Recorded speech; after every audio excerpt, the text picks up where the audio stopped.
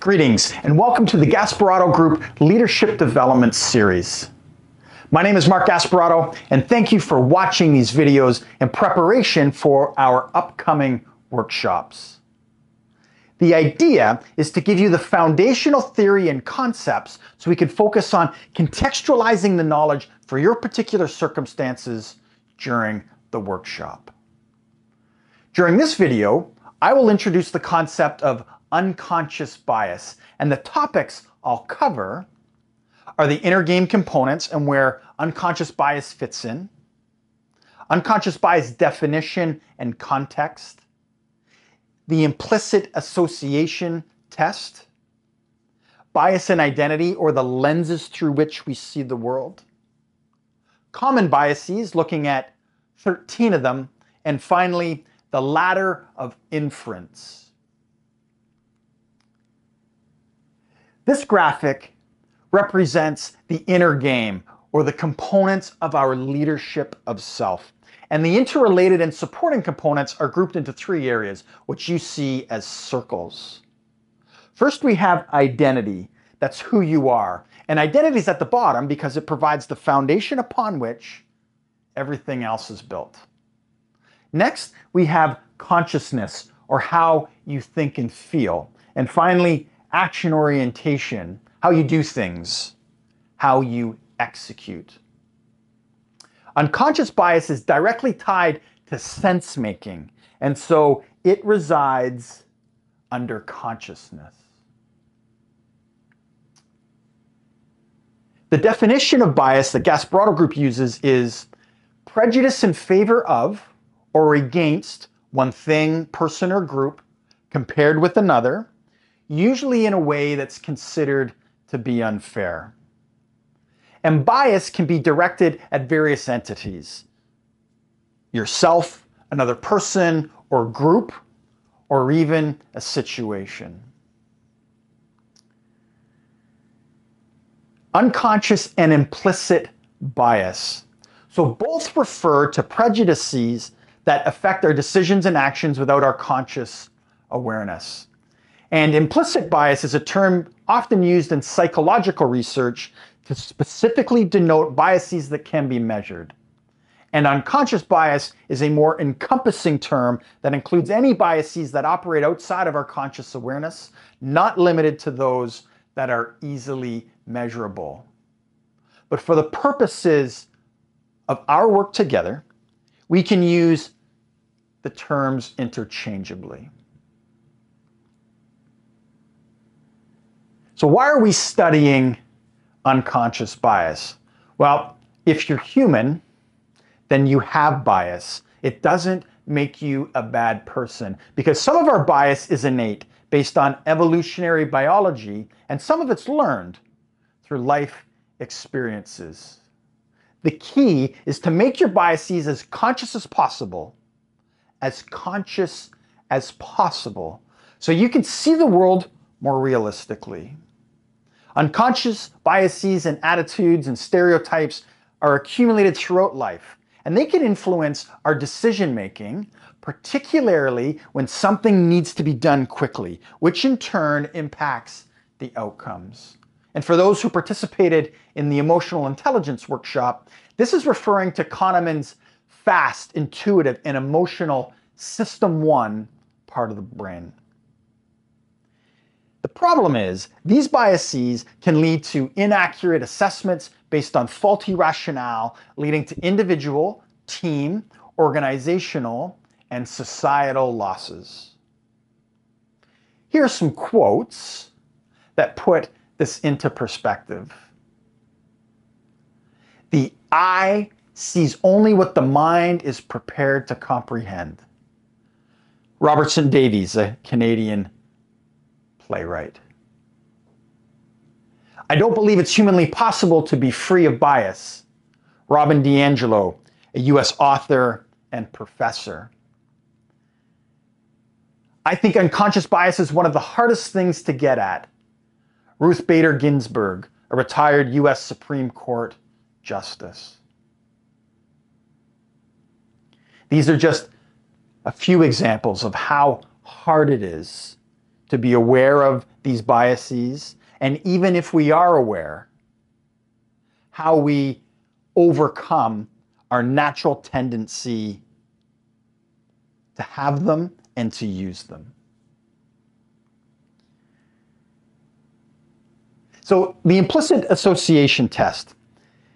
This is a test that's a free online tool. It's hosted by Harvard University, where you can objectively measure some of your implicit biases. And recall, the academic difference between unconscious and implicit bias is that implicit ones can be measured. So this is all about measuring them.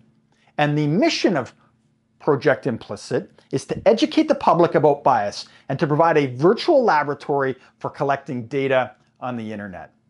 Project Implicit scientists produce high-impact research that forms the basis of scientific knowledge about bias and disparities.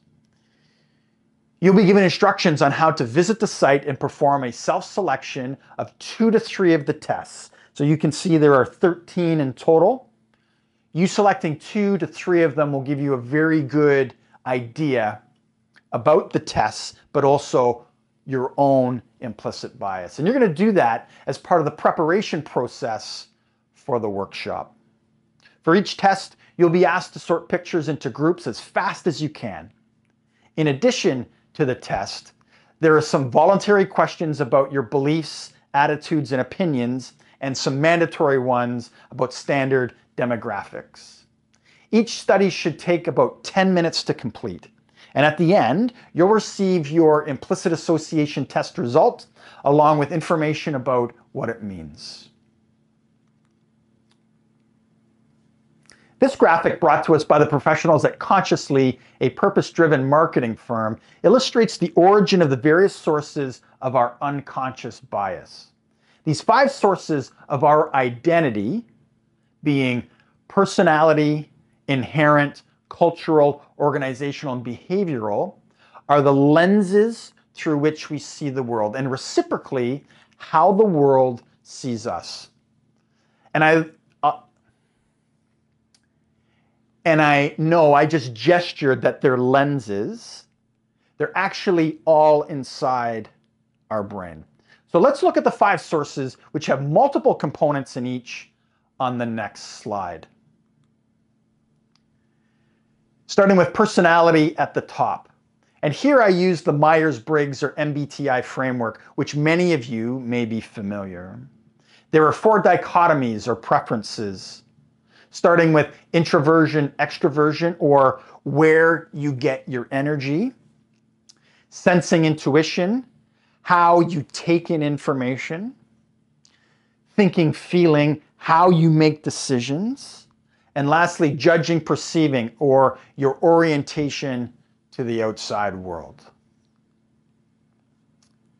Inherent identity qualities. So these are innate: race, sex, age, gender, physical attributes, etc. Cultural includes ethnicity, geographic location, socioeconomic status, marital partner status, parental, professional status, faith, religion, education, and nationality. Next, we have organizational. So this is company culture, the industry or markets you work in, and job functions. And lastly, behavioral. This list of competencies, many that you may recognize from the inner game components, is a comprehensive but not an exhaustive list. So in summary, these are the cognitive and emotional lenses through which all humans see the world and each other. And it's these lenses that contribute to our biases. Let's now explore some of the most common human biases. Well, there are well over 100 biases that impact human behavior. And this graphic, courtesy of the Creative Commons, is the Cognitive Bias Codex, and it groups them into similar patterns.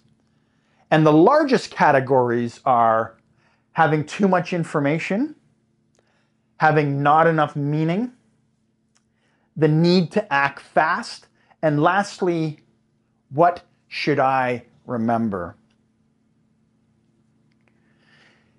To go beyond that into this level of detail is beyond the scope of our workshop. What I want to highlight here is the sheer number of them and the variety of human biases.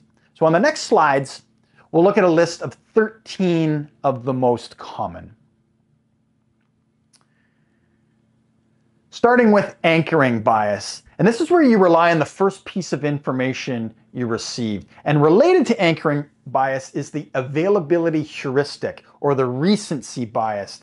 And that's where you privilege information that is readily available or recalled. Authority bias is where you trust information from perceived authoritative sources more than others. And related to authority is the bandwagon effect, or herd mentality, or groupthink. And that's where you tend to follow popular opinions and trends. Next is confirmation bias, where you favor information that supports existing beliefs. And the Dunning-Kruger effect, or overconfidence bias, is where you overestimate your own abilities when you know little about a particular subject or problem. So next, we have fundamental attribution error. And that is the tendency to attribute another person's actions, especially those with negative outcomes, to their character or personality rather than on external factors. And at the same time, attributing your own negative behaviors or outcomes to external factors. So essentially, you will blame the person for what they do wrong, whereas when you do something wrong, you blame the environment. And related to that is the self-serving bias, which is the tendency to attribute our successes to our personality or our qualities, and yet our failures to external situational factors. In other words, we like to take credit for our triumphs, but we are more likely to blame others or circumstances for our shortcomings. False consensus effect is where you overestimate how much others agree with you. The illusory correlation is when you mistakenly believe that two unrelated things are connected. Negativity bias is where you focus more on negative events rather than positive ones. And lastly, outcome bias is where you judge a decision based on the outcome, which may have been completely random, instead of the decision-making process itself. Once again, these are 13 of many, many biases that we will focus on during the workshop, because these 13 show up in the workplace and in normal behavior quite prevalently.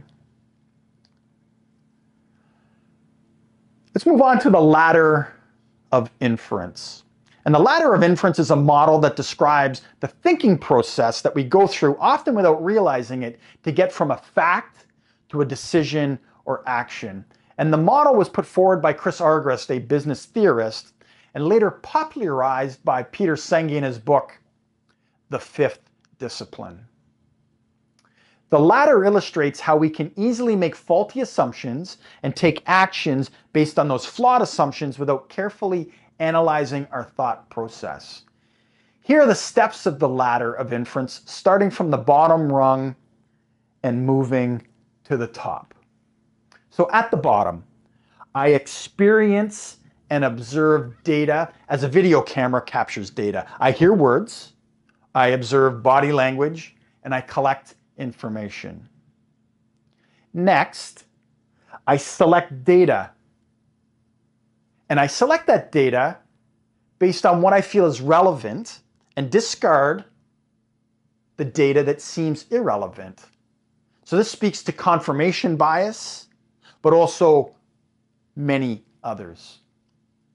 Next, I add meaning based on what I feel is reasonable according to the data I've selected. So we've got some fundamental attribution error going on, some self-serving bias, amongst others. Next, I make assumptions based on what's gone on before. And I make those assumptions because I believe that they are accurate and represent reality. So often there's an illusory correlation here. Next, I draw conclusions based on my assumptions and based on what is best for me and those I care for. Self-serving bias. Next, I adopt beliefs based on my conclusions as if everyone else has the same conclusions and beliefs. So we see the false consensus effect and the Dunning-Kruger effect kicking in. And lastly, I take action based on my beliefs as if they were proven facts, and I ingest new data to fit those beliefs. Confirmation bias comes up again.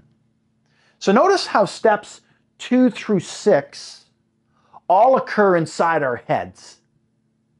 Unless we verbalize our sense-making and decision-making processes, all other people see is you observing a situation and then taking action based on that observation. So during the workshop, we will use the ladder as our main framework to attach all the tools required to overcome our biases, or at a minimum, make the unconscious conscious. This video covered off the underlying theory of unconscious bias and the ladder of inference framework that forms the basis for the follow-on workshop, where we will explore unconscious bias connection with leadership of self and dive into the competencies with real-world and personal applications. I look forward to meeting you and learning with you during the workshop. And until then, please take care.